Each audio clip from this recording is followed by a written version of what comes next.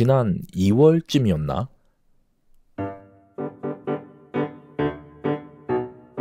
밥을 먹는데 목에 뭔가가 걸리는 느낌이 들었다. 목젖에 뭔가가 붙어있는 이 기이하고 불쾌한 느낌은 웬만해선 가지 않는 병원으로 내 몸을 이끌었다. 그리고 그렇게 난 암 환자가 되었다.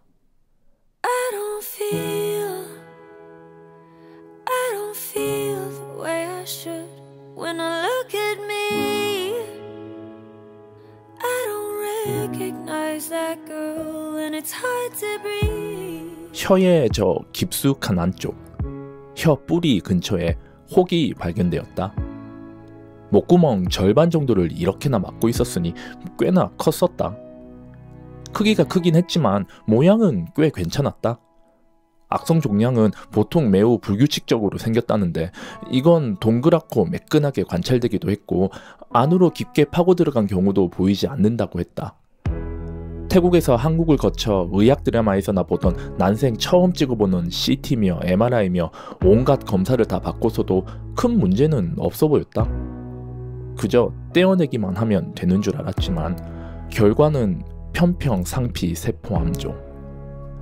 여러가지 암의 종류 중 조직학적으로는 평평상피세포 암종이고 이게 혀뿌리인 구인두 쪽에서 나타났기에 통상적으로는 구인두암이라고 불린단다. 아주 동그랗고 예쁘게 생긴 양성종양으로 생각했던 이 조그마한 내 몸의 일부는 존재해서는 안 되는 불청객이었던 거지. 암이라니, 나 참. 방콕에서 내가 어떻게 살았냐 하면 밤 10시에 침대에 누워 늦어도 11시 전에는 꼭 잠들었고 새벽 5시에서 6시 사이에 일어났다. 피트니스던 달리기던 아침에는 꼭 운동을 했고 담배 따위는 평생 입에 대본 적도 없지. 먹는 거? 외식이 주식인 태국 문화에서도 집에서 직접 해먹는 것을 즐겼고 밥 이외의 군것질은 잘 하지도 않으면서 술은 분기에 한 번 정도 마셨을래나? 평소에 맥주 한 캔도 즐기지 않는 지독한 초딩 입맛을 가지고 있지만 탄산음료수 역시 싫어하는 퓨어한 혀에다가 7시 이후에는 물밖에 먹지 않는 자연 다이어트 패턴을 가지고 있었다. 심지어 물도 하루에 2리터 이상 벌컥벌컥 마셨었다고. 의심했다. 황당했다. 억울했다. 우울했다. 대한민국 30, 40대에서 건강한 생활습관으로는 상위 1%에 들어갈 만한 이 조건 속에서 이게 말이 되냐고.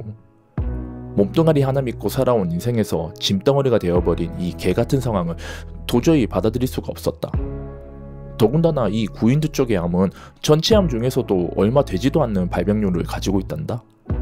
대단하다 나. 검색을 했다. 공부하고 알아보고 찾아보고 들어보고 결론이 나기 전 이 피를 말리는 기다림의 시간 동안 온갖 정보들을 다 뒤졌고 티끌만큼의 안 좋은 가능성에 대한 상상은 망상이 되기도 했다. 이것은 초기 암이라는 예상한 결과가 나왔을 때도 안도가 아닌 더 나빠질 수 있는 가능성을 끊임없이 타진했고 내 마음은 그렇게 하루하루 메말라갔다.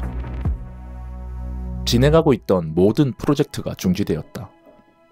스스로 증명을 해내야 했던 비즈니스도 꿈을 품고 만들어 나가던 다큐멘터리도 아니 어쩌면 오랫동안 나를 형성했던 태국과 방콕 이 중요한 아이덴티티를 포기해야 될지도 모르지.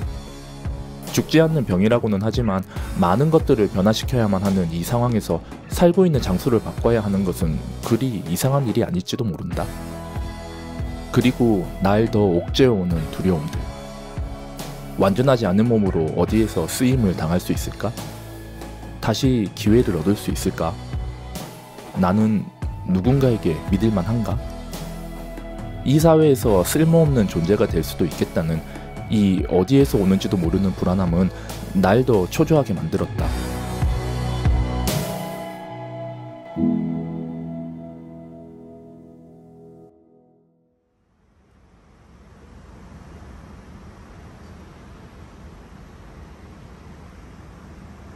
암센터에 처음 방문한 날은 아버지와 함께였다. 혼자 가겠다는 말을 감히 입에 올릴 수 없을 정도로 당연하다듯이 따라 나서는 아버지와 불안함을 애써 숨기는 아들의 여정은 안동에서부터 몇 시간 동안 지속되었다.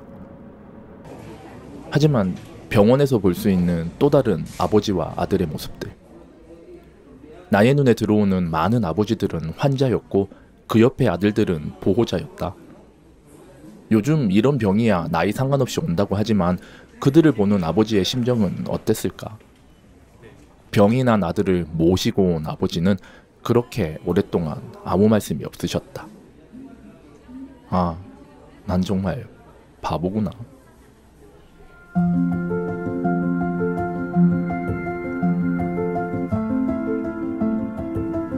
나는 끊임없이 응원받고 있었다.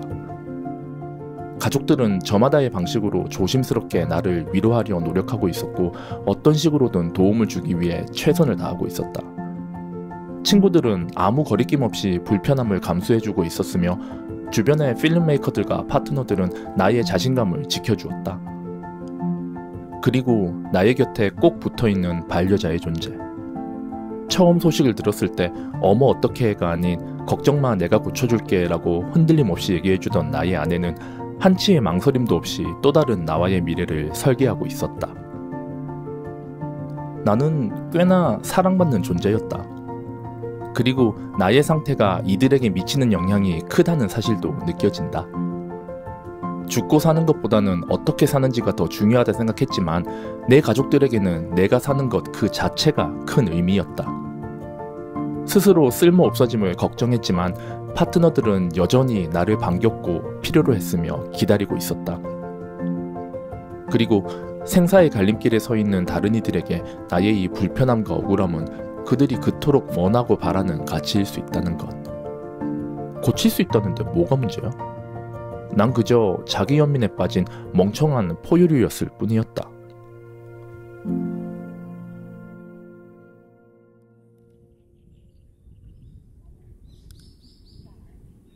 그렇게 난 이곳에 왔다.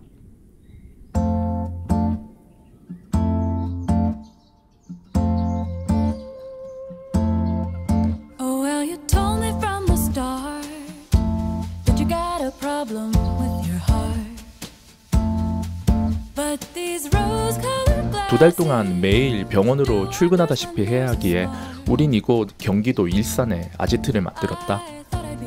태어나서 처음 와본 내 나라지만 참으로 낯선 이곳에서의 삶이 그닥 나쁘지는 않다.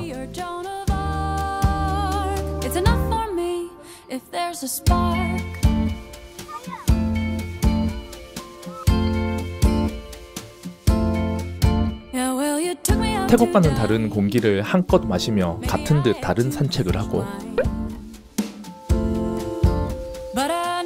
태국과는 다른 운동 강도는 이게 과연 같은 운동이 맞나 싶기도 하고 태국과는 다른 편리한 시스템들의 하루하루가 새롭고 그리고 그런 태국이 그리울까봐 마련된 따뜻한 배려. 아니 집 반경 500m 내에 태국 마사지샵이 17개나 넘으니 여기가 태국이지 뭐. 이제는 일상이 되어버린 방사선 치료는 착실하게 받고 있다. 방사선 피폭을 두려워하던 이 멍청한 영혼은 이제 힘들어하게 이곳을 들락날락거리는 매일을 보내고 있다. 조금씩 쌓이는 고통, 목이 다 얼어 음식을 삼키는 것도 힘들고 겪어보지 못한 피로감이 온몸을 덮치지만 그 속에서 나를 지키기 위해 열심히 이 삶을 즐기고 있다. 이것이 나를 걱정하고 기다리는 사람들에게 할 수 있는 최선인 걸 이젠 아니까.